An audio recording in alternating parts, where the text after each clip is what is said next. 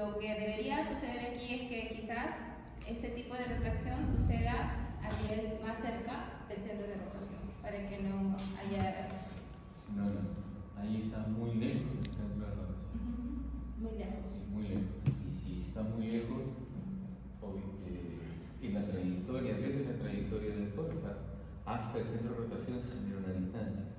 Entonces, si tenemos una distancia y tenemos una trayectoria de fuerza, fuerza por distancia, se genera un momento, ¿no? En ese caso, de acá, por ejemplo, sería una biomecánica media fatal, porque al estar tan lejos de la zona del centro rotacional, lo que te va a generar es una profundización del sector anterior, se destruye la parte superior y te genera una mordida profunda, juntamente con una malabsorción.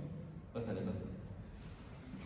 Por eso aquí han hecho una modificación, nos están acercando al centro de resistencia o el centro rotacional del grupo unitario. Por eso nosotros aquí trabajamos como sextantes. ¿Cierto? La vez pasada yo les dije, cuando habíamos hecho extracciones, los dientes empiezan a trabajar como sextantes, como si fueran dientes gigantes individuales. Y cada diente gigante ya no tiene individualidad como la imagen de su centro de resistencia o rotacional individual, sino que se transforman en uno solo, completo, como un diente grandote, ¿no? Con varias raíces. Con varias raíces. Entonces, literalmente arriba estamos trabajando ahí con 3 dientes gigantes, cada uno con su particular centro de rotación. Entonces, aquí sí hay que tener cuidado. ¿Por qué? Porque la cantidad de fuerza aplicada es la que te va a generar el grado de distorsión en realidad. Aún si tú trabajas con acero, ¿sí? Se puede generar ese proceso de flexión del alambre, porque va a depender de la brecha de extracción que se genere. Entonces, normalmente lo hacemos en un 17×25 para disminuir la fricción posterior, pero si se le está profundizando la mordida y se te está excluyendo el sector anterior, ese 17 lo tienes que ir subiendo en calibre hasta un 19×25 sin ningún problema, porque ya sabemos que en la mañana nos mencionaron que teníamos un ángulo crítico de alrededor de 10 a 14 grados, ¿cierto? Lo cual es suficiente como para poder deslizarse. Entonces es un juego en realidad que nosotros vamos a tener que ir viendo de manera clínica. ¿Sí? Bueno, voy a mencionar brevemente, ya mi compañero luego quizás nos puede hablar un poco más de ella. Esto es lo que me preguntabas, Alan. Las ligas tienen calibres de pulgada, o sea, el diámetro, ¿sí? Es lo que te venden, ¿no? Hay de 1 octavo, hay de 36, 56 avos, es la envergadura del diámetro del círculo. Pero cada diámetro tiene una descarga de fuerzas, por lo general vienen en 3 descargas de fuerza distintas. Y hay que tener cuidado porque cada marca te ofrece un grado de descarga distinto, ¿ya? Pese a que te diga low, low puede ser 3.5 onzas, por ejemplo. Ahí hay otras marcas que trabajan con 3, hay otras marcas que trabajan con 2.8. Y tenemos que estar seguros de eso, porque inclusive en el momento del proceso de fabricación no siempre es tan exacto. El grosor que te da el elástico es porque es un corte de un tubo. O sea, cuando ustedes van a una fábrica de confección de este tipo de elastómeros, te generan una especie de canuto, así como si fuera un fideo canuto, ¿sí? Y eso lo van cortando y laminando. Eventualmente este corte, al ser un material elástico, no siempre se corta en la misma dimensión, por lo tanto no siempre se descarga la misma fuerza. Siempre hay que medir, ¿ya? Entonces trabajamos como con promedios, unas medias. Yo cuando hice mi curso de arco recto, el doctor Warner nos aconsejó usar cifre medio. No, es que depende del procedimiento que tú vas a utilizar. Sí, porque mientras hacía la exposición no me daba cuenta de que en determinadas situaciones se usaba pesada o en determinadas ligera. Depende de la circunstancia, depende de la situación clínica que tú estás desarrollando. Incluso en mi ignorancia, porque era mi primer diplomado de arco recto, pensé que en arco recto se utilizaba medio. Bueno, es lo que yo pensé, quizás es lo que... En la mañana Alan me hizo una pregunta, ¿no? Doctor, ¿en la actualidad utiliza los mismos protocolos de NDT? Esa fue la pregunta, yo le digo no.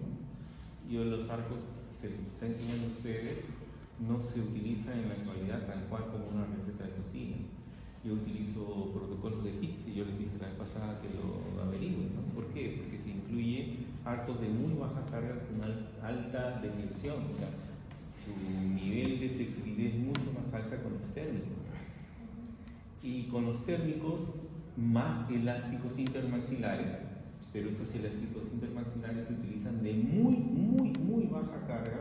Entonces, si yo tengo conceptos de una ortodoncia más moderna, en donde la fuerza de descarga tiene que ser mucho más controlada y yo no puedo aplicar las mismas fuerzas tradicionales, porque eso es para fuerza tradicional, yo tendría que cambiar mi paradigma de cómo se utilizan los elásticos en ortodoncia moderna.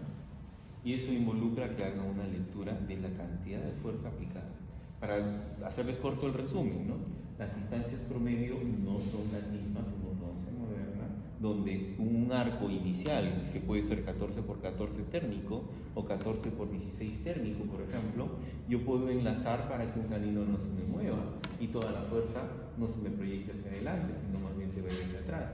Pero no puedo utilizar el mismo concepto que utilizo, por ejemplo, cuando hay asentamiento intercutidio, ¿sí? Un 316 de fuerza media, lo utilizamos promedio, lo que te decía el doctor Pablo.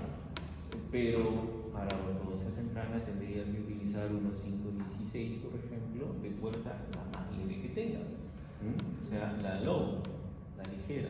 O sea, hay muchos conceptos que van cambiando. Por eso yo les decía, el ortodoncista tiene que tener en cuenta que su docente ha sufrido un proceso de crecimiento, pero el conocimiento que tiene ahorita puede ya estar desfasado con respecto al conocimiento del año pasado. Del año pasado, o sea, es tan dramático el avance que el conocimiento mío el año pasado ya se desfasó. ¿Sí? Hay mucho proceso de crecimiento rápido en la ciencia de datos. Entonces hay cosas que vamos modificando, ¿no? Ustedes pueden escucharme a mí, pero no crean siempre todo al 100%, pueden cuestionarlo. Es más, el conocimiento que yo les imparto, porque puede salir un artículo nuevo y eso amerita una lectura nueva para poderlo actualizar. ¿Ya? Sigue. Bueno, en todo caso, la revista americana de ortodoncia y ortopedia dentofacial nos dice que, pues, aunque usemos arcos pesados rectangulares, como nos menciona el doctor, sea como un 19 por 25 en un ejemplo de 22, vuelve a existir un modo torsional de 10. Bueno, acá nos dice 10 a 12 grados. Riesgos biológicos. Acá pueden suceder, según lo que yo investigué, 4 cosas. Si es que me olvido una, me avisan. La fenestración. La fenestración va a consistir en una ausencia de la lámina ósea vestibular, pero a nivel, bueno, lingual bucal, pero todavía se va a conservar el tejido óseo marginal, tal como vemos a nivel de la, por ejemplo, de la 1.4, si no me equivoco. Mientras que la dehiscencia va a ser un aumento de la distancia cemento-esmalte con la cresta alveolar ósea, como está en el canino, en la 1.3. Otro riesgo que puede suceder es la recesión gingival clásica, ¿verdad? Típica a veces en pacientes en donde va a haber una migración apical de la encía marginal, pues se va a alejar gradualmente de la unión cemento-esmalte, dejando descubierto la superficie radicular.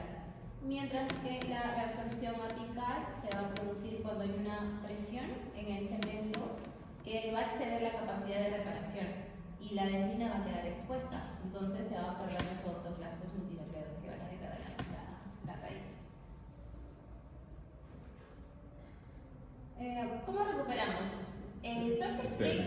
Retrocede una. Por supuesto, riesgos biológicos solamente con un aspecto periodontal, ¿no? O sea, de cobertura de encía de herida y hueso.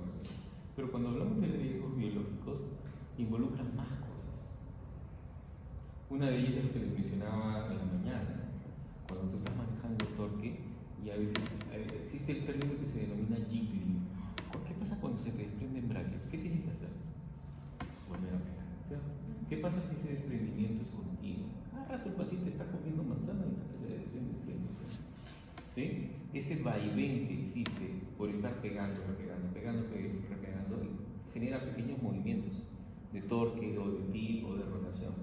Y ese jiggling genera la absorción dental, patología. Se te absorbe el diente por estar repegando cada rato. doctor, ¿hay alguna forma en que se reabsorba sin que exista el jiggling? Sí. A veces hay patologías reabsorbivas en donde tú no has hecho nada, tú has controlado fuerzas y aún así se te reabsorbe el diente. Como el que decía el caso de la mañana, ¿no?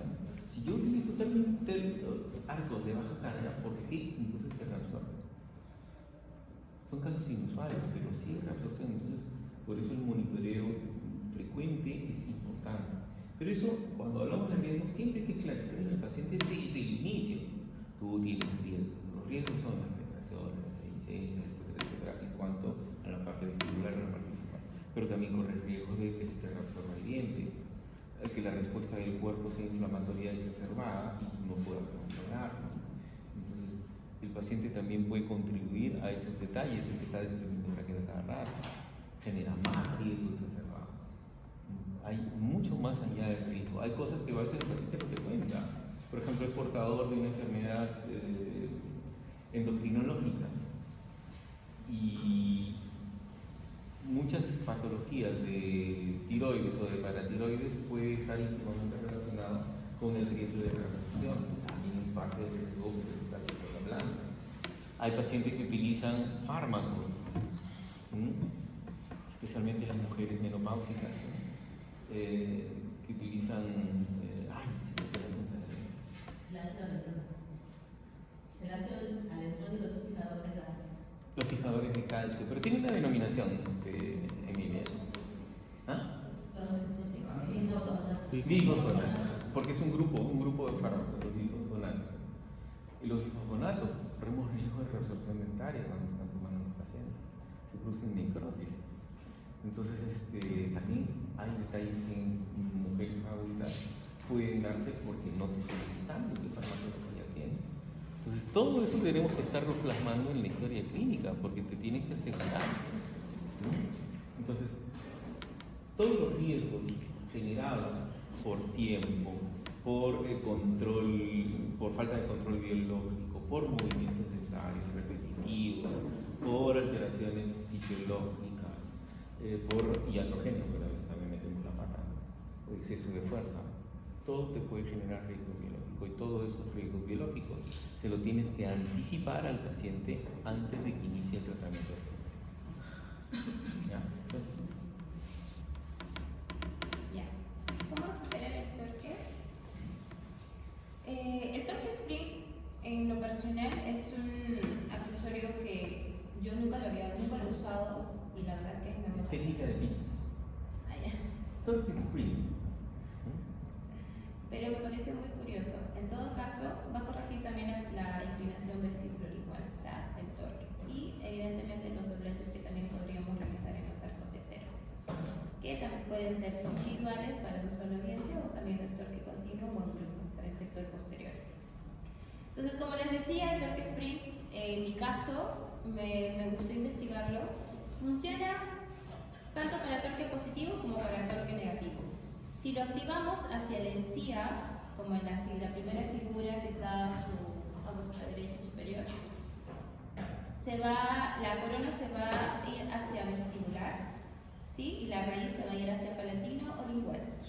Mientras que el torque spring va hacia incisal, en todo caso, el resorte, la raíz se va a ir hacia vestibular, pero la corona se va a ir hacia palatino lingual. Creo que acá he repetido doble imagen. He debido buscar el torque negativo. Si se dan cuenta, solamente está el mismo torque positivo tanto para superior e inferior, pero nos falta para el torque negativo.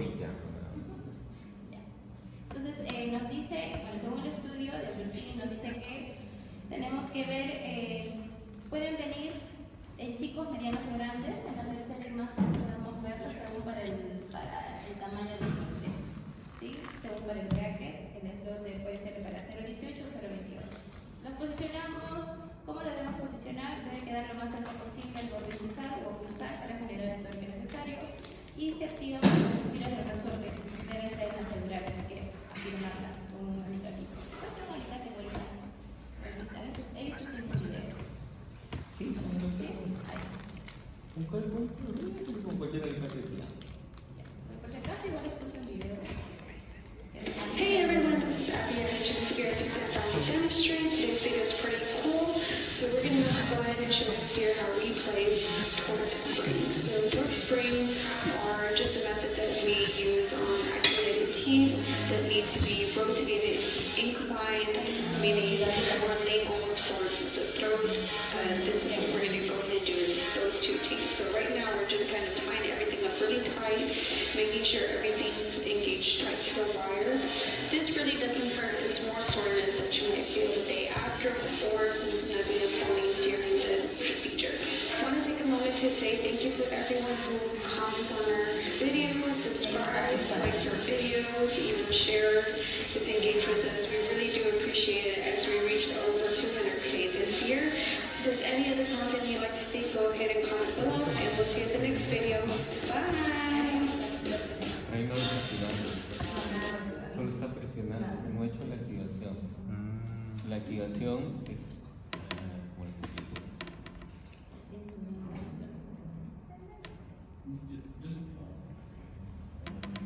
O busco otro video.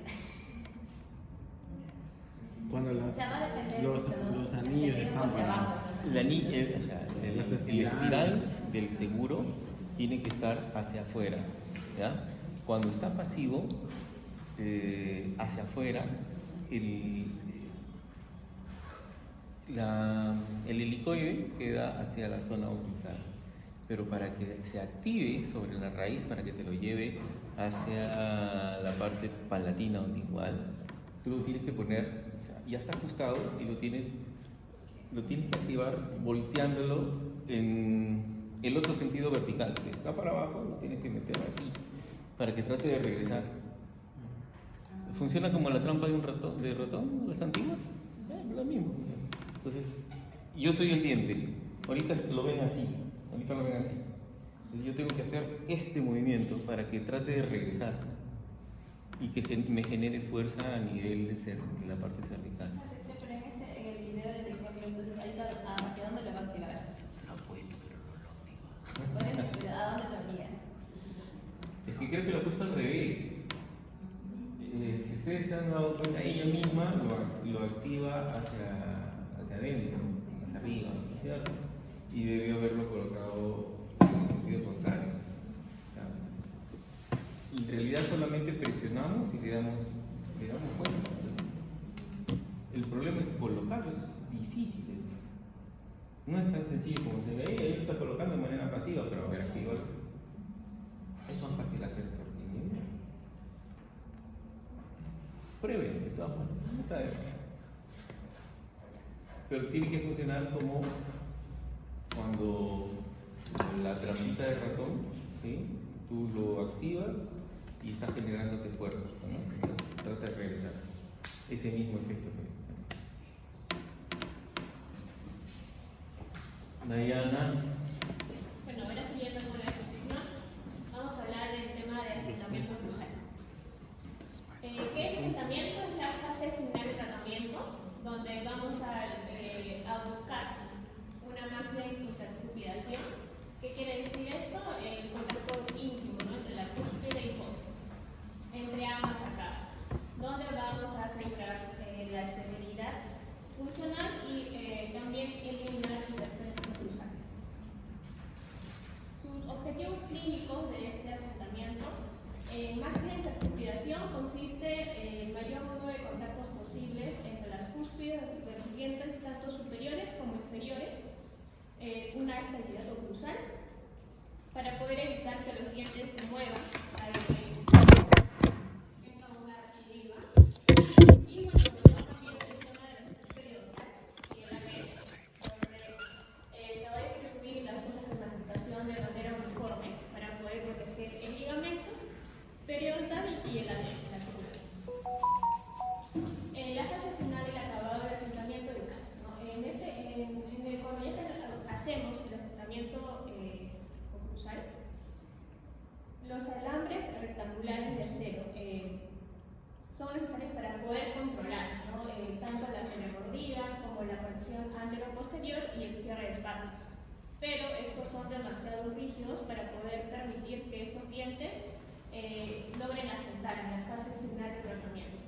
Es por eso que se usan arcos mucho más ligeros superior y como la arcada inferior, un arco 14 o 16 miti, o la arcada superior es un arco seccionado que es de 14, que va de incisivo lateral a incisivo lateral, como se ve en las imágenes, como se ve en la imagen. Estos alambres pueden estar acompañados con elásticos verticales, donde esto va a hacer que se produzca un asentamiento. Cuando tenemos una mejor colocación de estos brackets, pues no hay tanta necesidad de usar estos elásticos. Bueno, estas son algunas variaciones a la técnica general del asentamiento, ¿no? Cuando, como les comenté hace un momento, se usa un arco seccionado de lateral a lateral, como se ve en la imagen, pero si es que nosotros observamos que los caninos están vestibularizados, pues este arco seccionado pueden abarcar también los caninos. Si hay presencia de diastemas en la parte anterior, de ambas arcadas se deben ligar estas zonas con ligadura metálica, como vemos en la parte de arriba. Y bueno, si es que se han realizado extracciones, se debe colocar ligaduras en 8, ¿no? Que crucen el espacio de reflexión que ha habido para no tener una residuo. En el caso de mordidas de clase 2, división 1 moderados o graves, no es recomendable usar este arco seccionado porque puede producir una recidiva, ¿no? Es recomendable usar un arco completo de 14 y doblar en la parte distal de los números para poder controlar este resalte y esto controla el resalte y también inhibe el asentamiento de los dientes posteriores. Y bueno, si se presenta que esta fase de asentamiento dura más de 6 semanas, es beneficioso, se indica que se debe colocar en el arco inferior un arco rectangular de acero, ya no estos arcos unitis, ¿no? Que son más flexibles. ¿Y esto que nos va a ayudar a mantener la forma del arcada inferior? Sirve guía inferior con un arco pesado, rígido, y la parte superior flexa con un receta de 5 intervencionales. Por eso lo bajan a un Miki 14. Ahora, podemos reemplazar el Miki 14 también por un arco braille, que es un arco trenzado con sección rectangular. Es otra alternativa. Ya. Y bueno, un ejemplo puede ser que cuando hay una mordida abierta posterior, que requiere de un periodo de asentamiento mayor, o sea, más de 6 semanas, que cuando se calcule que solo quedan de 4 a 6 semanas para ya finalizar el tratamiento, se coloque un arco inferior de 14 de acero o 16 de metal.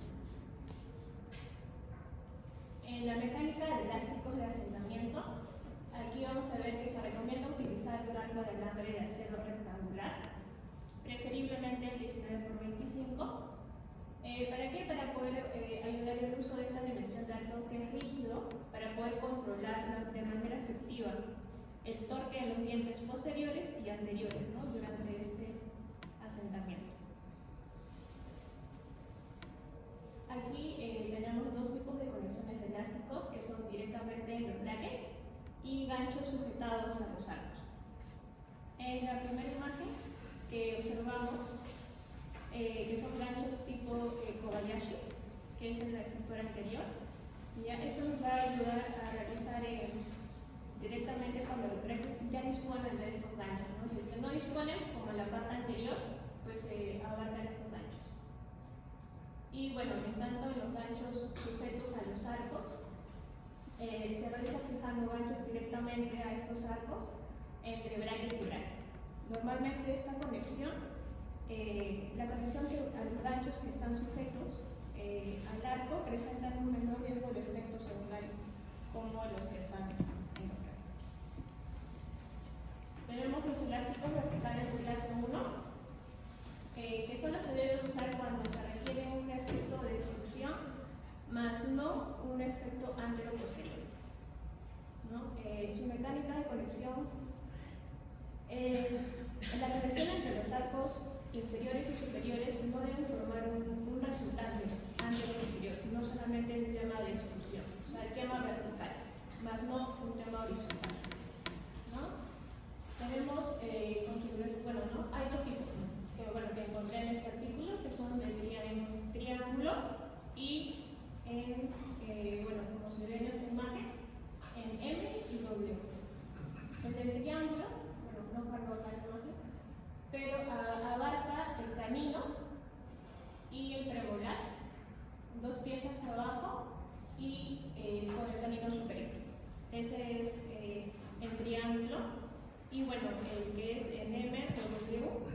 Son elásticos que forman en forma de M, como dice, y van a conectar 3 dientes inferiores, como se logra ver aquí, y 2 dientes superiores. En elásticos verticales de clase 2, estos se van a utilizar para mejorar la intercompiración de manera vertical y también para mejorar la relación antero-posterior entre las arcadas. ¿Qué movimiento es esperado? Este produce un pequeño movimiento posterior de los dientes superiores y un pequeño movimiento anterior de los dientes inferiores.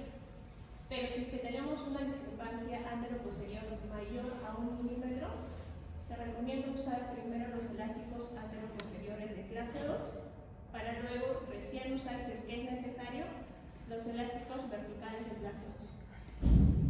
Tenemos y de igual manera en triángulo y en forma de M.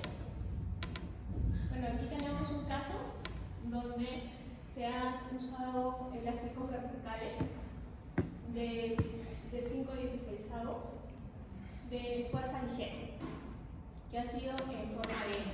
Vamos a ver un ejemplo, en forma de M. ¿Y para qué? Para poder tener una mejor intercompiración con orientación para corrección de clase 2. Y también se observa que en el lado izquierdo está más angulado, donde ahí se necesita una mayor necesidad de corrección antero-posterior. Los elásticos verticales de clase 3 es similar al de clase 2, pero es inversa. Ya aquí se requiere una conexión más distal en la parte superior y más mesial en la parte inferior, en el arco inferior. Esto va a distribuir las fuerzas verticales que están asociadas a las fuerzas anteriores en el arco superior y una fuerza posterior en el arco inferior. Se utilizan normalmente las mismas formas y espesores elásticos que en la clase 2. Y bueno, lo recomendado es en forma de triángulos, trapecios o elásticos en forma de M invertida, como observamos en esta imagen, donde se ha usado una fuerza ligera igual de 5/16, pero en forma de M invertida, a comparación del caso anterior, que está más angulada. ¿Para qué? Para poder ayudar a una mejor intercompiración y corregir lo que es la orientación para la clase 3, obteniendo una sobremordida horizontal y permitiendo el cierre de espacios en la parte superior. Los elásticos verticales unilaterales solo se pueden utilizar de forma unilateral cuando se desea corregir una inclinación del plano cruzado, con la exclusión de uno o ambos arcos de un lado, ¿no? Esto se refiere cuando el efecto esperado es la exclusión controlada de un solo lado para balancear el plano cruzado. Como vemos aquí en la imagen, primero han usado unos elásticos verticales de 3/8, pero solamente en el lado derecho, en el lado izquierdo, ¿para qué? Para poder hacer una exclusión unilateral. Cuando ya corrigieron esto, proceden a hacer la nivelación y usan elásticos de 5/16 de fuerza ligera. Y los elásticos verticales anteriores es para el cierre de mordidas abiertas. Estos se utilizan solamente en la región anterior, ¿no? Cuando se desea cerrar una mordida abierta, mediante el tema de unas exclusiones de tanto de los dientes superiores e inferiores. Pero aquí tenemos el tema de que puede haber un riesgo de abscesión radicular.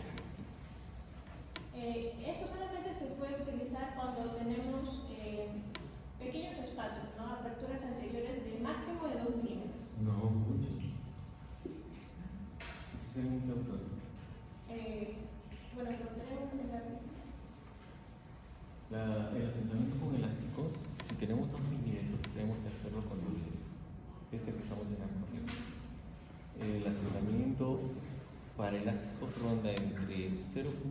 5 y máximo, si ya me he jalado los pelos, un milímetro. Porque si no pierdes la guía de asentamiento vertical.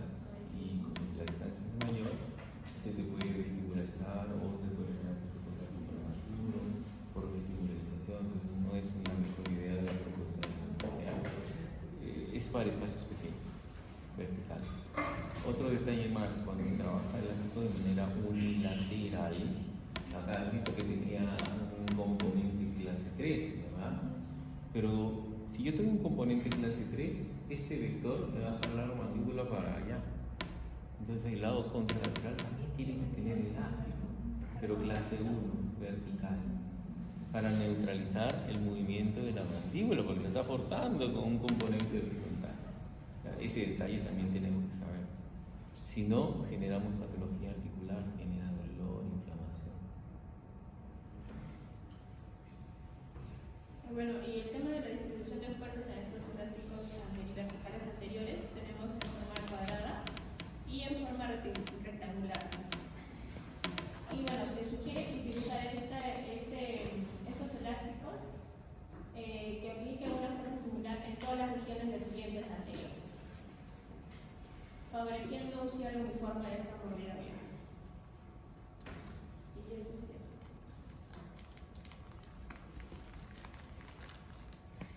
No se olviden, me tienen que entregar mañana todas sus exposiciones de todo el ciclo, ¿verdad? Porque va a venir el examen de las exposiciones. Salvo que quieran que yo arme en base a lo que hablamos. Son 100 preguntitas por cada curso. Tenemos varios cursos.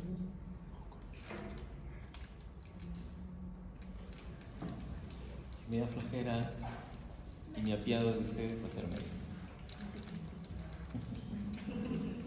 Depende cómo esté mi salud.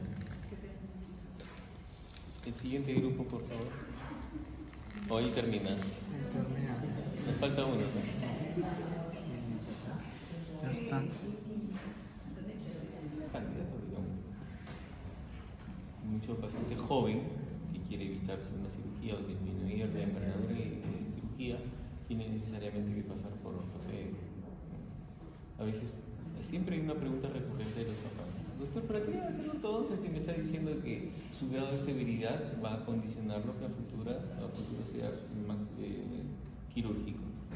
Porque para el cirujano, y eso se lo dije la vez pasada, ¿no? En la clase pasada, no es lo mismo que tú movilices una basal, ¿sí? Bastante, a que movilices poco, como cirugía. A medida que tú te acercas a este límite esqueletal, la estabilización va a estar comprometida porque no tiene soporte. Entonces, ese es el detalle por la que sí debemos tratar a estos pacientes, muchas veces con sistemas de anclaje vertical. Tenemos Mi plumoncito te explicará. Bueno, aquí tenemos un reporte de caso de esta paciente que es de un tratamiento no quirúrgico de un adulto con restricción esquelética de clase 3, mordida cruzada posterior y asimetría mandibular, ¿no?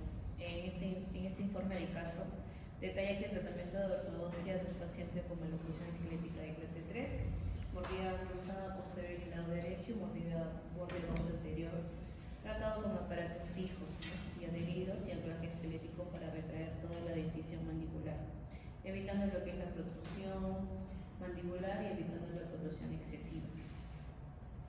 En el diagnóstico de este paciente, en el examen extraoral, es una paciente femenina de 39 años, presenta un patrón de crecimiento mesofacial, una simetría facial evidente, ¿no? La nariz y el mentón están desviados hacia la derecha y un perfil recto con tendencia cóncava, ¿no? Y labio inferior ligeramente vertido. En el examen intraoral tenemos lo que es la clase 1 molar canina derecha, clase 3 molar canina izquierda, presenta también una mordida cruzada posterior derecha comprometiendo todo el sector.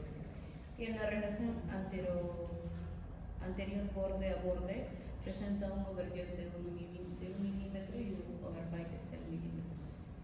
Y también presenta una línea media mandibular desviada 4 milímetros hacia la derecha.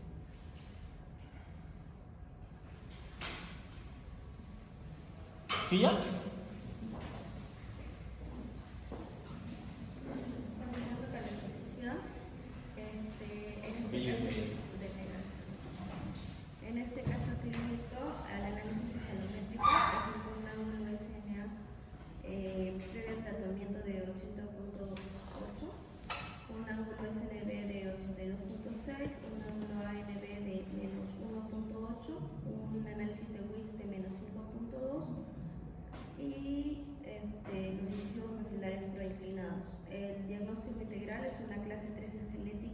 simetría mandibular, compensaciones dentales preexistentes e hipoplasia maxilar. En este caso, la expansión y comprensión, una paciente femenina de 39 años con un patrón de crecimiento mesofacial, una simetría facial evidente, nariz y Espérate, mentón no es desviado. expansión y comprensión, es compresión. Una simetría facial evidente, nariz y mentón desviados hacia la derecha, un perfil recto con tendencia cóncava y labio inferior ligeramente vertido. Para el anclaje esquelético se requiere lograr una relación dental con clase 1 mediante la distalización del arco mandibular en masa utilizando tornillos, evitando así compensaciones indeseables como la excesiva protrusión maxilar. En el anclaje esquelético, en la fase transversal, se efectuó un uso de un arco lingual soldado a los primeros molares inferiores para generar compresión. Arcos niti superiores en brackets plus para favorecer el desarrollo transversal maxilar. Fase de distalización, se colocaron 2 mini tornillos retromolares, se utilizó tracción con cadenas elásticas ancladas directamente al mini tornillo para distalizar todo el arco mandibular.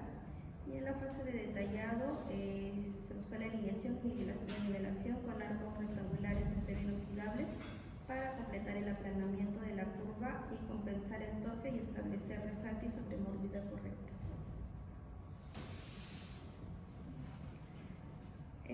Los mini tornillos retromolares, la distalización en masa de toda la arcada mandibular requiere anclaje absoluto. Se colocan 2 mini tornillos en la zona retromolar. La longitud de los mini tornillos de 12 milímetros de longitud por 1.2 de diámetro. La ventaja principal, evita el uso de elásticos intermaxilares de clase 3. Los elásticos tradicionales pueden causar protrusión no estética de incisivos superiores. Espera. Ahí hay un error, ¿ya? 1.2 de diámetro es muy delgadito. Este era un caso clínico, doctor. Lo que realmente deben ser de 10 a 14 milímetros de longitud por 2 milímetros de diámetro. Te menciono esto porque antes existían mini implantes muy delgaditos y eran para el sector anterior inferior porque el espacio ahí llenaba. Pero las experiencias en un hueso cuya calidad es grado 3 y se fracturaba, luego que me digan que vamos a colocar una densidad mucho más alta como grado 2, grado 3, porque ese para Bucalchal es más alto. No sé si alguna vez han colocado mini implantes, pero un mini implante no es como colocar un implante donde le hacen un lecho, aquí no. Aquí tienes que perforar ligeramente con una puntita, generar solamente una mueca y de ahí autorroscar. Entonces la resistencia que generas es bien alta. Entonces si tú tienes que generar resistencia en el torque, ¿sí?, el estrés de la aleación va a ser alta. Entonces tú lo podrás colocar, pero cuando tú lo desenroscas para sacarlo, ¿qué creen que pasa? Se te rompe. Entonces 1.2 no es viable para esa zona. Se coloca ni siquiera de 1.5 o 1.6 que se marca para titanio, se coloca 2.0 de diámetro por la alta densidad, ¿ya? Ahora, podríamos discutir si es 10 milímetros de rosca, podríamos discutir si es 7 milímetros de rosca, porque hay 7x4, hay 10x4, 12x4. 12x4 me parece muy grande.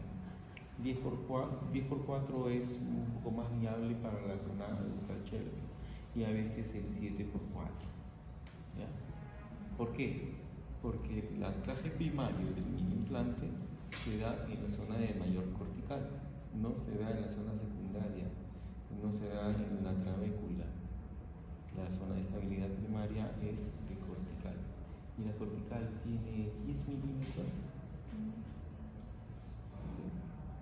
Tiene menos. Entonces a veces con 7x4 basta. Sí. Y en cuanto a los materiales, había de titanio y de acero, ¿cuál es recomendable? Si yo voy a utilizar utilizar en infracigomático, puedo utilizar titanio o acero, porque hay una cortical un poco más delgada, pero si utilizo un calchelf, yo prefiero que sea acero porque el riesgo de fractura es más grande. ¿Ah? Entonces, si yo compro PCLAT, por ejemplo, PCLAT viene en titanio, pero lo utilizo solamente para el yo-yo, esa es mi preferencia, no quiere decir que no se pueda, ¿ya? Porque hay técnicas para inserción de un implante. Pero yo prefiero asegurarme en la caja mandibular siempre con acero. El acero no se rompe de primera intención, primero se dobla. Si tú le generas un torque excesivo, se te dobla, no se te rompe. Entonces tienes mayor seguridad para desenroscar y lo botas, ¿no? En cambio, el titanio genera mucho torque, ¡pac!, te rompe. Y ahora sácalo, lo mandas al doctor, que sufra. O lo dejas ahí por último, ¿no? Ahora, mi implante fácilmente puede quedar enterrado sin ningún problema. La fuerza de tracción distal directa me va a mejorar la relación canina y molar sin comprometer la estética del perfil labial del paciente.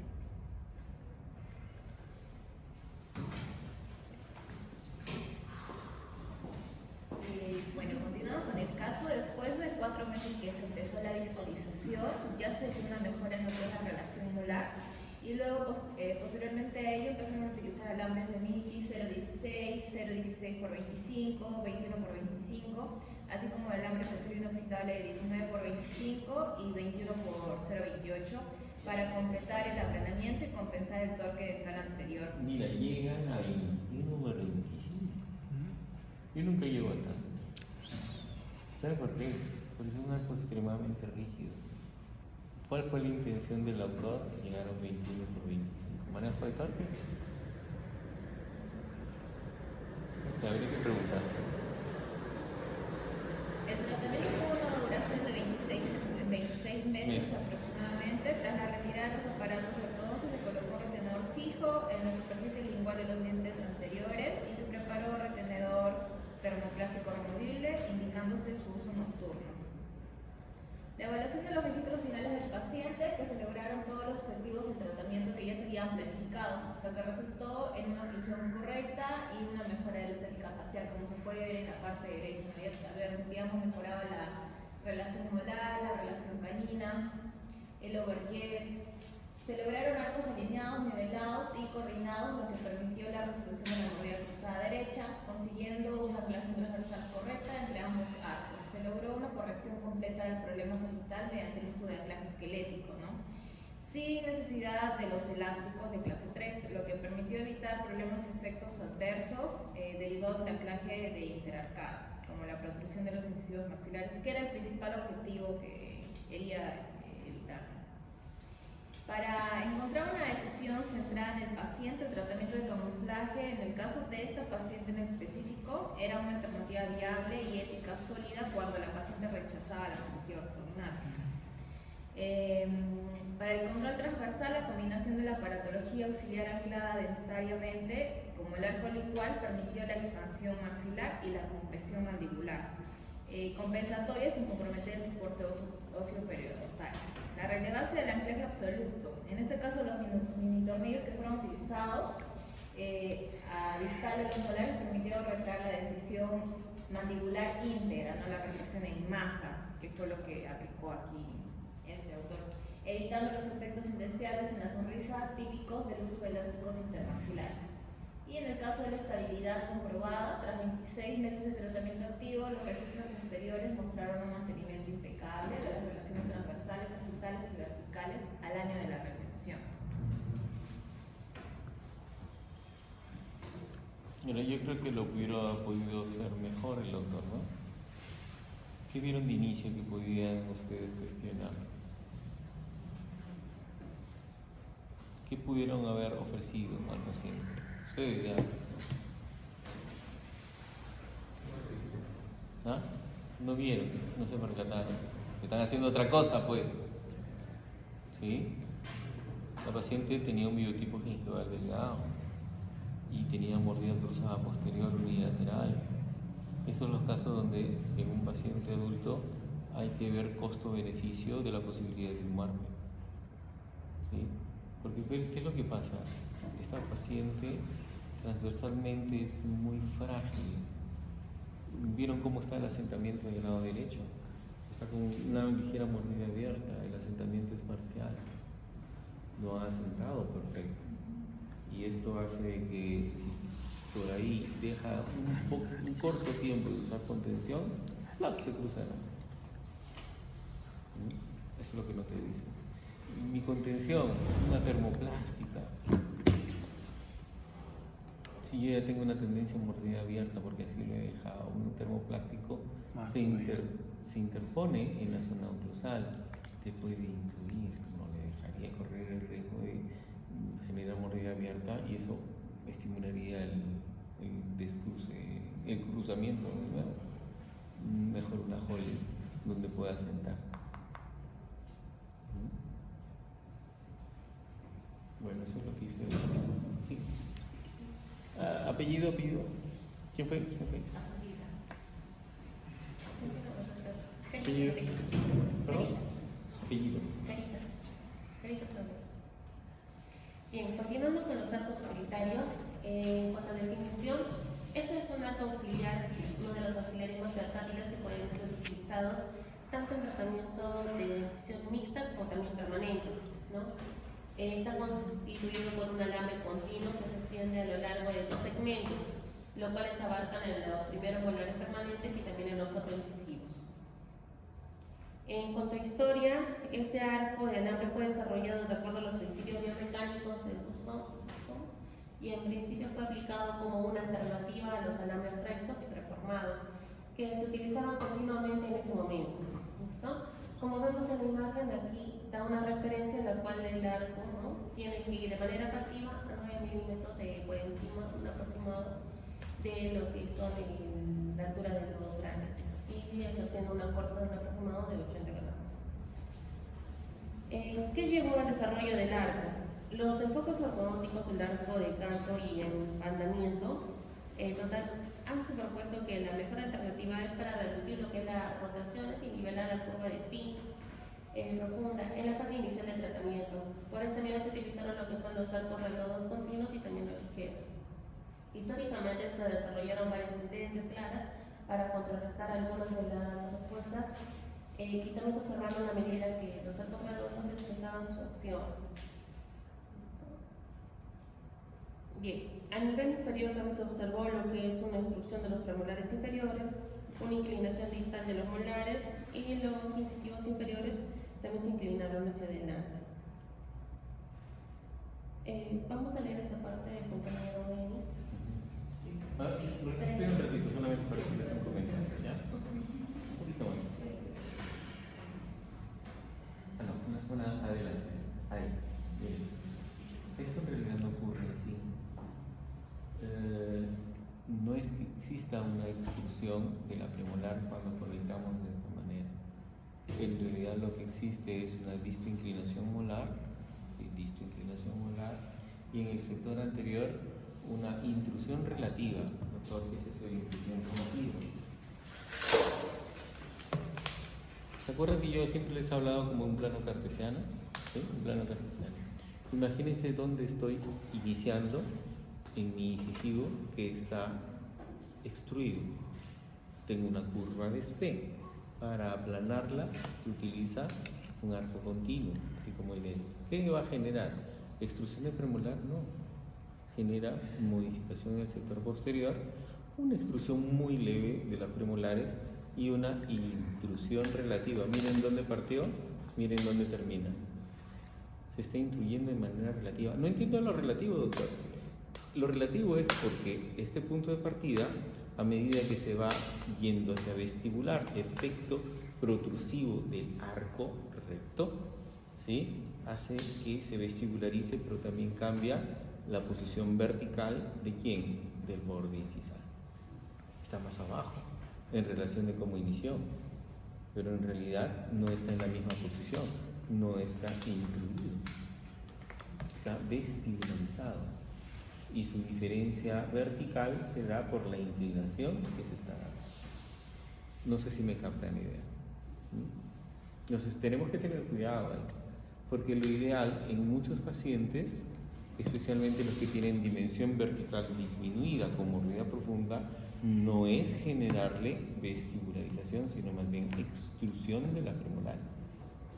¿Sí? Si tú tienes una pieza que está así, con curva, si tú extruyes, levantas mordida, levantas dimensión vertical, y al levantar dimensión vertical a nivel de las premolares, ¿qué creen que están haciendo? Están corrigiendo la mordida profunda. No todo tratamiento se basa en aplanar curva de SPI con un arco recto. Aquí lo que hay que hacer es extruir premolares en este tipo de pacientes con dimensión vertical disminuida. ¿Sí? ¿Se comprende? Entonces no siempre es intrusión de incisivos.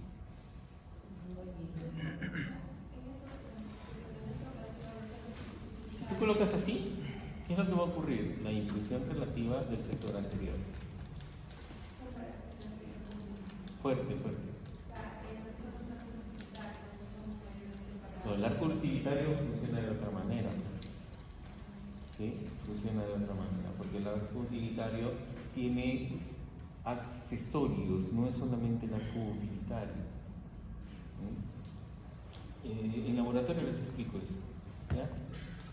Porque vamos a salir al laboratorio y nos toca segmentar.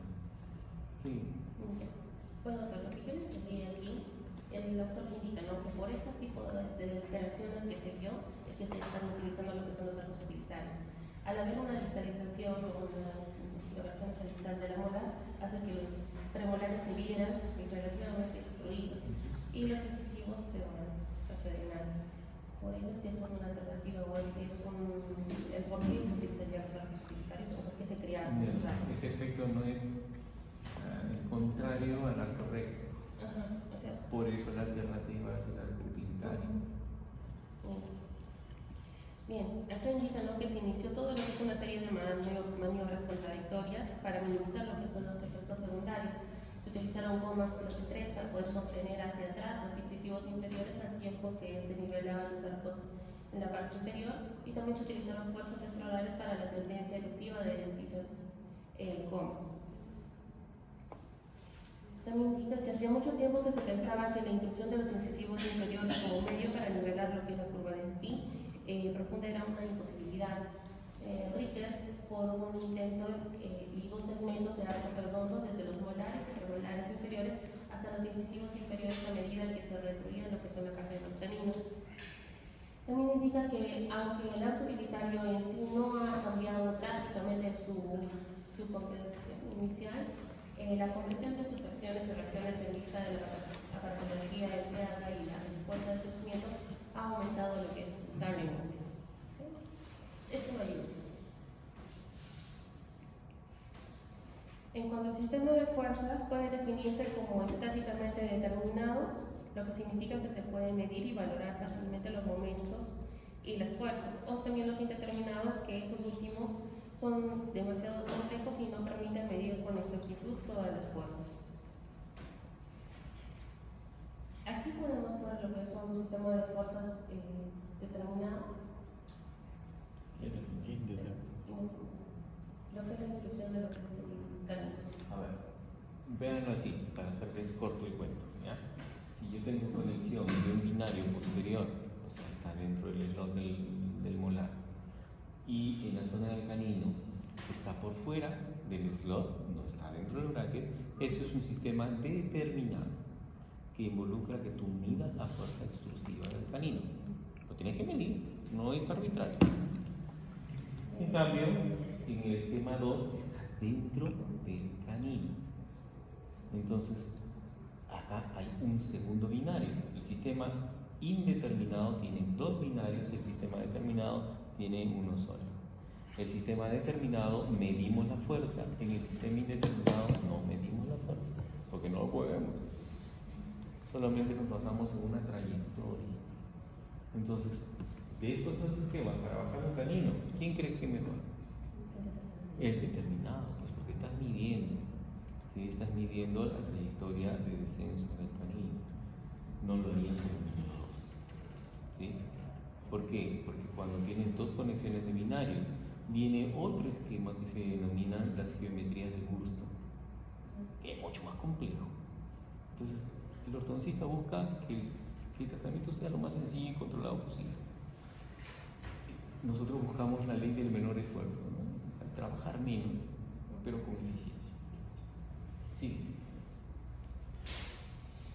Bien, acá tenemos lo que es la aplicación del arco utilitario. Como vemos en la primera imagen está en el sistema pasivo, no hay ningún tipo de activación.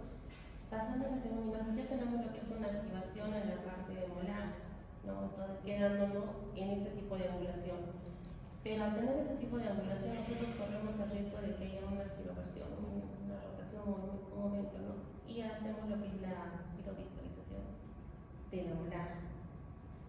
Por eso aquí se puede ver ella. Y tenemos que hacerle lo que es otro tipo de activación, pues se nota casi una inclinación, una angulación casi paralela, ¿no? En la cual se puede producir una electroestimulación de los incisivos por el sitio de aplicación de las fuerzas y por acción de Bartels. Aquí se utiliza el mismo principio de inducción relativa, porque aquí está aplicando una vía progresiva indeterminada. Estás conectando en los slots anteriores, el slot anterior. Entonces, si estás conectando en el slot, ¿qué hay? Sistema binario.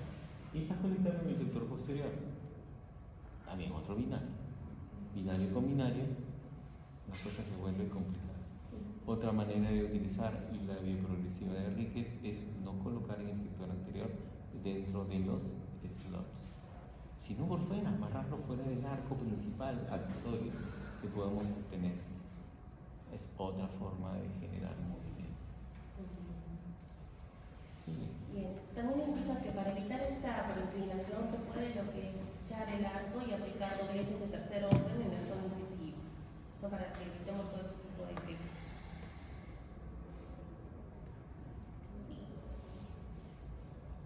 Esta imagen es un método utilizado a lo que se ve para una clase 3. ¿Por qué? Porque nosotros vamos a buscar lo que es el camuflaje, lo que es la inclusión de lo que es la nivealización, ¿no? De lo que son los incisivos para poder camuflar lo que es la clase 3.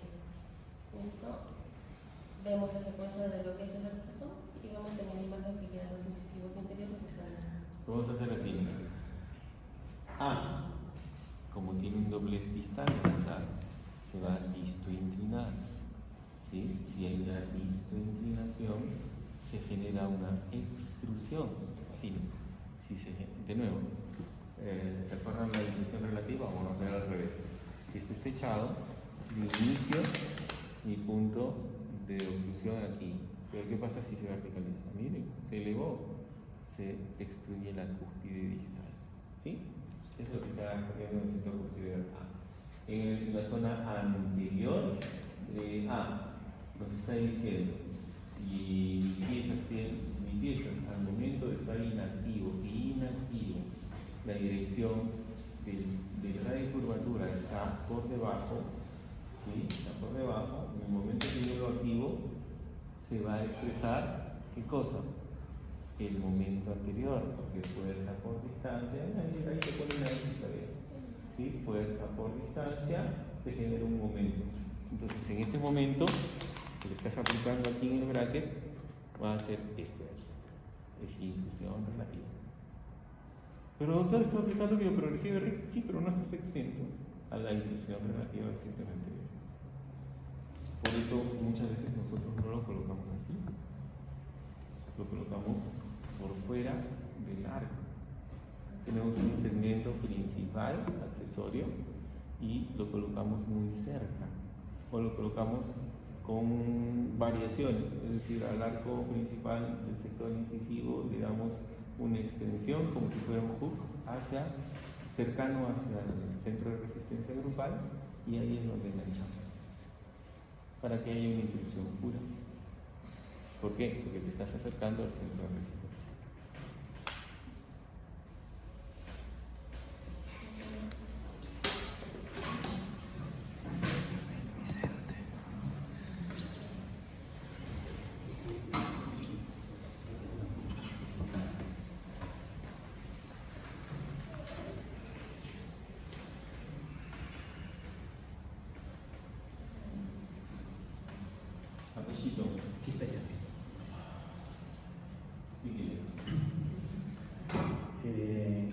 continuando con la exposición, sistema de fuerzas, estos aplicados en la fisiología bioprogresiva. La evaluación de tratamiento bioprogresivo de las fuerzas aplicadas sugiere una fuerza de 100 gramos por centímetro cuadrado de superficie enfrentada a dos superficies radiculares expuestas en la cifra óptima. La aparatología de arcos utilitarios empleados en la introducción de los incisivos inferiores ha demostrado clínicamente que los 4 incisivos inferiores pueden ser introducidos de manera muy eficiente con fuerzas de entre 15 a 20 gramos por diente, o también se puede emplear entre 60 y 80 gramos en los 4 incisivos inferiores. ¿Quién es el más alto del salón?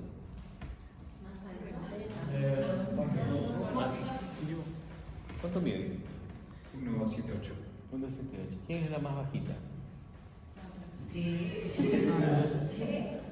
Emilia. ¿Quién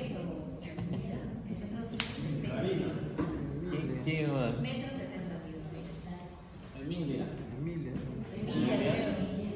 Ya, confrontemos la altura de Emilia en el problema.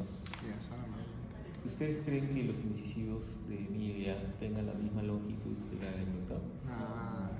¿Quién debería teóricamente o proporcionalmente a su altura tener un incisivo más grande? Jorge. Está basado en el área, ¿cierto? Inusualmente, no solamente es el área de cobertura por longitud, sino también por grosor.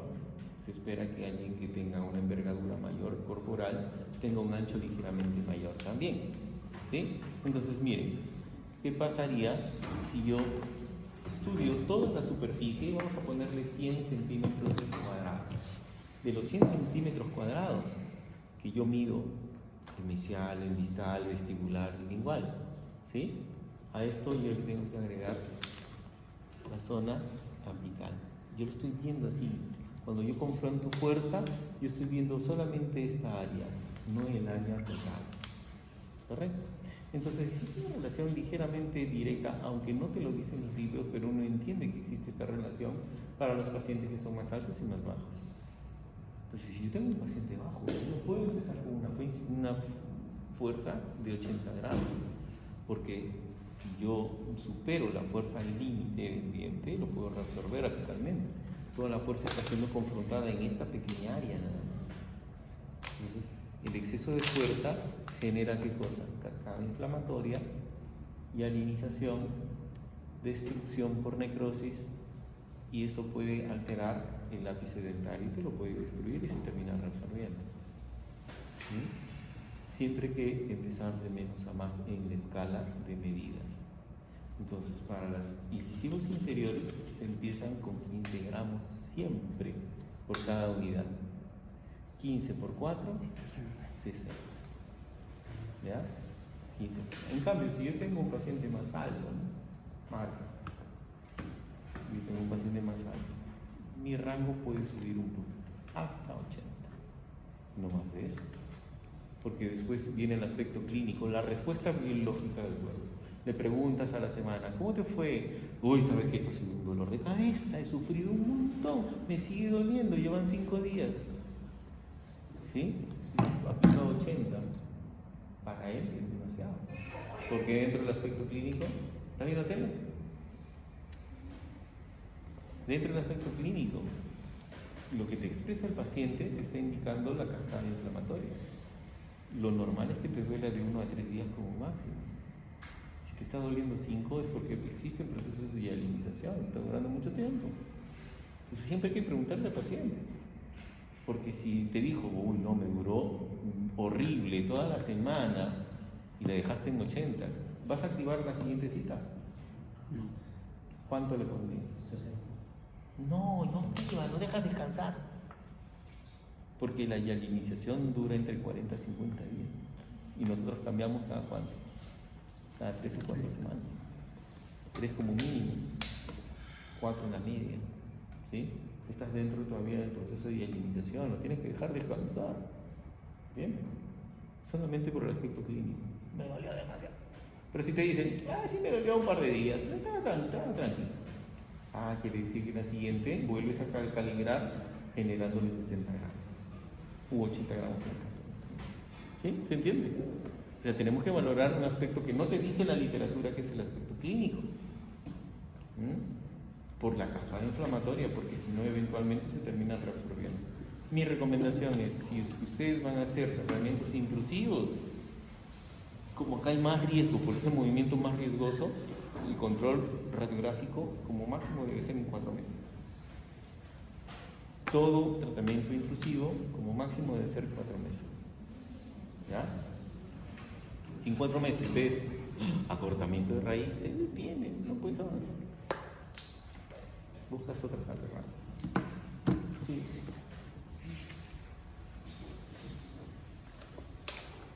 La tarea que van a tener. Adicionalmente a esta fisiología, otro factor clave en el diseño es las anzas, ¿no? Dentro del arco utilitario. Tenemos la ansa helicoidal vertical cerrada, tenemos ansa doble abierta para cerrar, ansa vertical doble en forma de T cruzado para cerrar, tenemos el ansa helicoidal vertical doble para cerrar, ansa helicoidal extendida doble que es cerrada. El resumen de eso está, a medida que le agregas más aleación, más metal, ¿sí? La descarga de fuerzas es menor. Ese es el cuento, ¿ya? A medida que tu helicoide tiene más alambre en su construcción, la descarga de fuerzas es menor.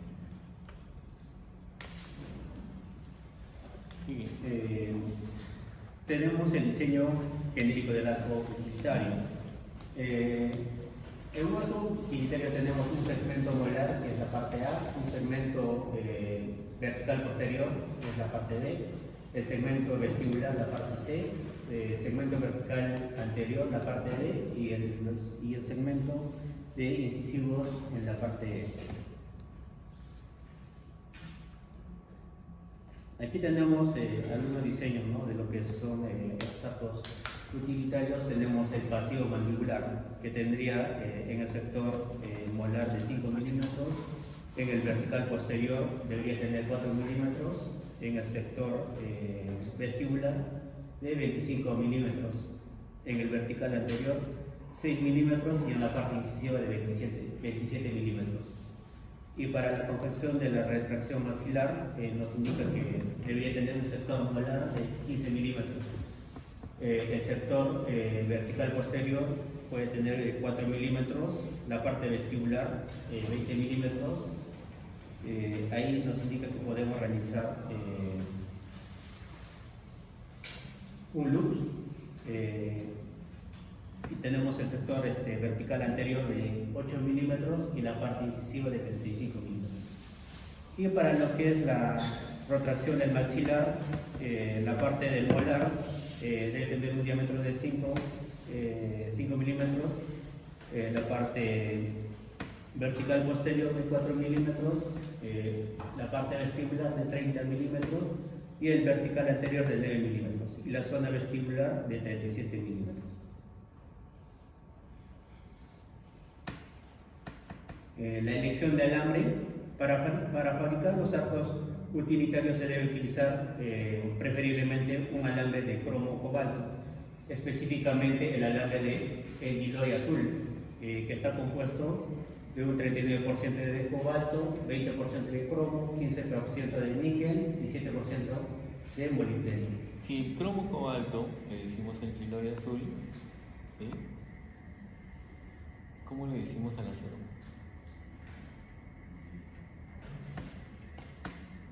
Si el cromo cobalto le denominamos el giloy azul, ¿cómo le decimos al acero? Stainless steel. ¿Ah? Al acero. ¿Cuál es su denominación? Cromo níquel. Cuando vean en la literatura cromo níquel están hablando de acero. Sí. Para una ranura de 0,18 nos recomienda un alambre de 16 por 22 o 16 por 16 en el arco mandibular. Para la mayoría de los arcos maxilares se recomienda un alambre de 16 por 22. Cuando el aparato tiene una ranura de 0.22, podemos utilizar un alambre de 19 por 19. Este es un artículo donde nos habla de la técnica a las propiedades del alambre de cobalto cromo, que es una comparación con el acero inoxidable y el alambre de beta titanio. ¿Qué nos dice este artículo? Los autores describen que el giloy azul transmite menos fuerza que el acero inoxidable. Esto se debe a que tiene menor rigidez, o sea, tiene rigidez más baja que el acero inoxidable. Además, también menciona que el TMA es un alambre más flexible que el acero inoxidable, pero es más rígido que el giloy azul.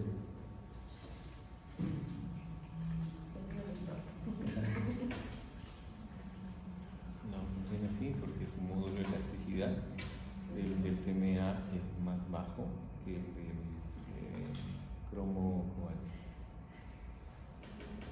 Está más arriba, ¿no? Pero bueno, comentarios. Entiendo que es de la otra.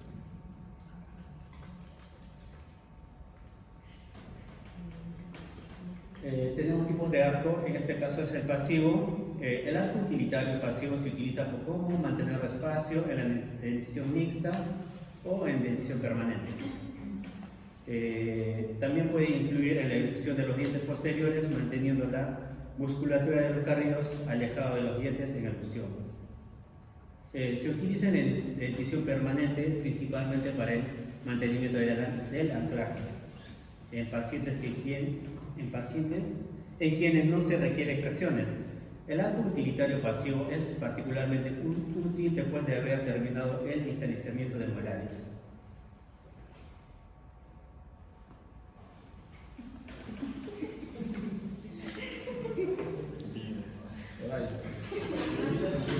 Pollitos.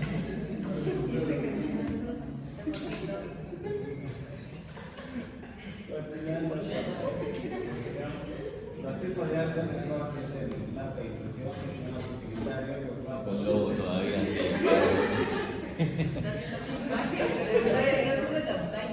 el arco utilitario debe producir una fuerza de 60 a 100 gramos. Como explicó el doctor, siempre los arcos en los dientes anteriores se deben iniciar con fuerzas livianas que son de 15 grados de fuerza. Tenemos también los tipos de arco, que es el tipo de arco de reclusión, que tiene un loop en la parte distal del molar que se va a activar para atraer el sector anterior. Tenemos también un arco de protracción, que es que la modificación del loop se va a realizar en la parte interna y cuando se active tiene que tener un ángulo de 90 grados. Al tener ese ángulo de 90 grados se va a activar para producir la protracción del sector anterior. Estos son los tipos de arco y con sus variaciones que tienen. Ahora, pasando a un caso clínico, con la diferenciación de molares mandibulares mediante microimplantes interradiculares y un anclaje directo. Eso es el reporte de un caso clínico. Acá en este caso clínico nos habla de un paciente con clase 3, donde están trabajando principalmente con DAPs interradiculares. En la presentación del caso y la evaluación del diagnóstico y el etiología. El paciente de 19 años acudió con la siguiente queja principal: mis dientes inferiores están delante de mis dientes superiores. El examen clínico reveló un perfil facial recto y cóncavo, con labios competentes, ligera simetría facial, desviación del mentón hacia la derecha y buenas proporciones verticales. Como se ve en la imagen, se ve un patrón cóncavo de la paciente y también se ve la asimetría ligera que presenta. Entonces, se observó una regresión oclusal de clase 3 en ambos lados, acompañada con un resalte negativo de 2 milímetros y una mordida invertida de 2 milímetros. Dentro del área está ligeramente adelantada la mandíbula. Las líneas medias dentales no coinciden, como se ve en la imagen, con la línea media mandibular, que está desplazada hacia la derecha. derecha alrededor de 3 milímetros con respecto a la línea media de acá del paciente. El análisis usado reveló aproximadamente 6 milímetros de apiñamiento maxilar anterior y 4 milímetros de apiñamiento mandibular anterior. Este ya mi compañero va a continuar con la cefalometría y decide que está.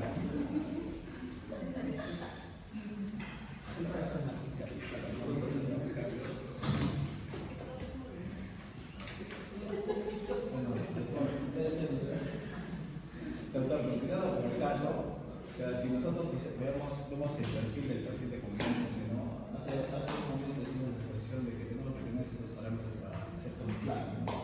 Dentro de eso creo que quedó muy claro que el paciente tiene una expresión más de 4, así que entonces está dentro de la norma para ser confiable, 4 de ese término. Ya.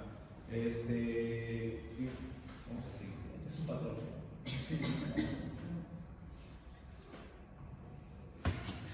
La cefalometría, ahí está la norma, el SMA del paciente de 82. Antes el tratamiento previo presentaba 89, post tratamiento ya se optó por 87.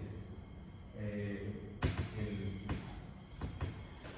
SNB, la norma es 80, el paciente antes del tratamiento tenía un 91, se llegó después del tratamiento post a 88. El ANM también fue muy importante, el paciente tenía menos 2 y se llegó a menos 1, justo como usted dijo hace un momento, ¿no? Lo máximo que a veces se llega es a menos 1, ¿no? Trabajar en la evaluación de bits era el paciente con una menos 12 y se llegó a menos 7, bastante, ¿no? El FMA, el patrón, el paciente presenta es un modo muy urgente.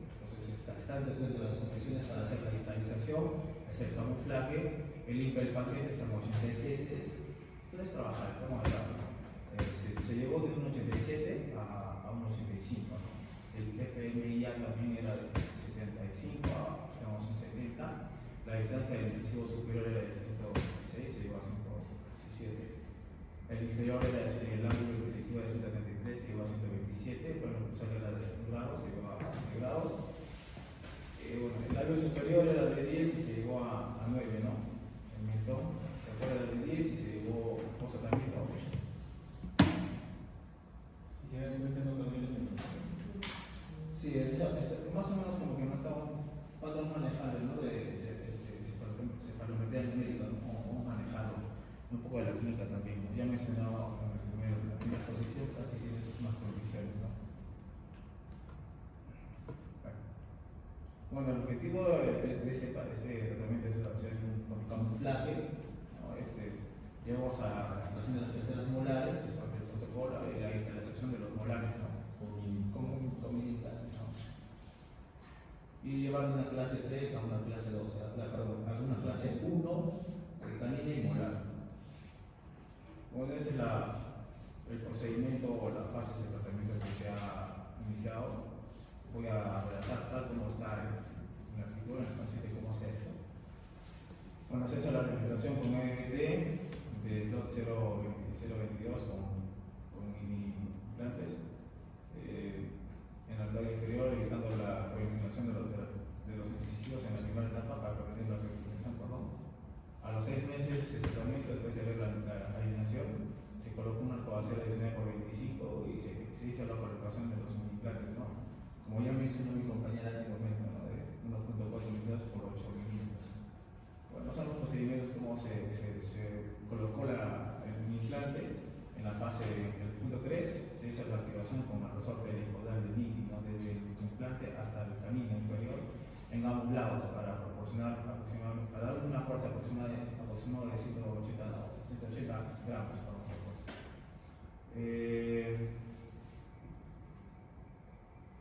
Durante el tratamiento, el maxilar se expandió mientras que la vista oclusal mandibular demostró una alineación y nivelación progresiva de los arcos inferiores con mantenimiento del espacio anterior a través de la mecánica de los aparatos fijos.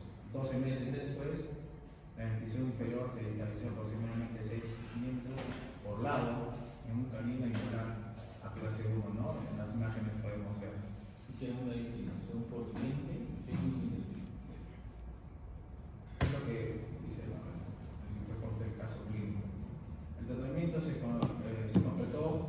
de 18 meses se colocaron retenedores que consistían en retenedores fijos y envolventes en ambos arcos.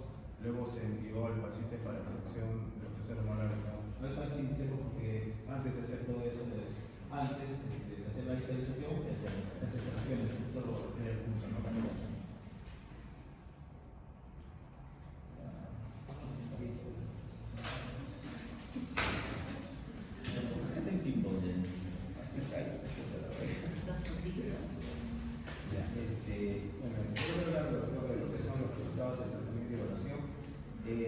Como se ve en el registro de imágenes extraorales, ¿no? Ya va a mostrar la paciente un perfil ya mejorado, con una proyección angular también mejorada, la divergencia del mentón, ¿no? Hacia la derecha, como también lo dijo mi compañero, ¿no? Bueno, y se evitó lo que es la ausencia de lo que es el tratamiento quirúrgico, ¿no? En las fotos intraorales podemos ver que ya se llevó una clase 1 canina y molar. También se corrigió el resalte de 2 milímetros, la sobremordida, y se normalizó a 2 milímetros, ¿no? Vemos también que ya las atrás en una imagen oclusal están alineados los dientes, ¿no? También se corrigió lo que es el alineamiento también. En las radiografías, ya la parametría, la panorámica lateral posterior, que ya los dientes se encuentran paralelos, ¿no? Lo que es sus raíces. Y ahí hay la superposición de la dipalometría demostró también la distalización, ¿no? Pero en medio de la dentición inferior y la mínima pérdida de anclaje, por ejemplo. En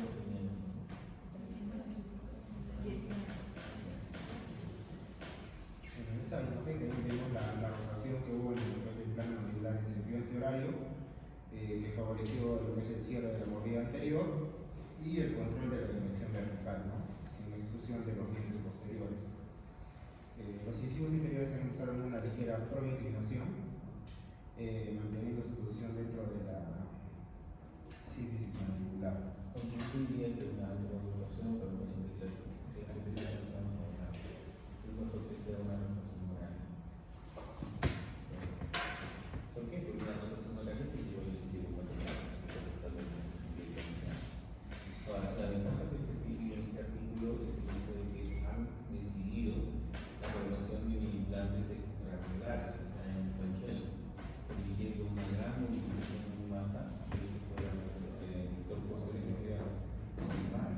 Yo no estoy de acuerdo que se haga eso cuando hay una extremidad, porque por ejemplo, la circularidad de la segunda termina distinguida. Sí te extrae. ¿Ya? No es que no haya destrucción de las raíces por digitalización siempre.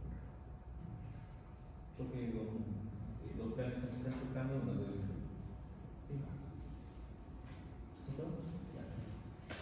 Además, se incorporaron lo que llamamos ayer, de cierre del arco mandibular para lograr una reacción controlada sin fricción de los incisivos inferiores, manteniendo el anclaje posterior, ¿no? La distalización del longo es Por eso ocurrió la revolución mandibular. El plan de inclusión, ¿sí? El plan de inclusión se ha rotado en el sentido lateral. Entonces, ¿qué es lo que pasa cuando hay una rotación lateral? La mandíbula se genera una distracción condilar. Porque hay distintos contactos con la mandíbula, por suerte poquito. Ahora, tal vez debieron hacer la conexión de fuerza para que eso no ocurra, por eso me parece un poco contradictorio. Para que eso no ocurra, se hace con cookies. Si todo está descansado, ¿sí? Al diente, si estás tratando de descansar al diente, le colocas un power bien. Si es que hay una distribución de masa al grupo anterior en el arco, le colocas una distribución de grupo muscular para que el movimiento sea hacia distal. Si hay movimiento hacia distal, la palanca clásica que tenemos, posteriormente, y de ahí hacia el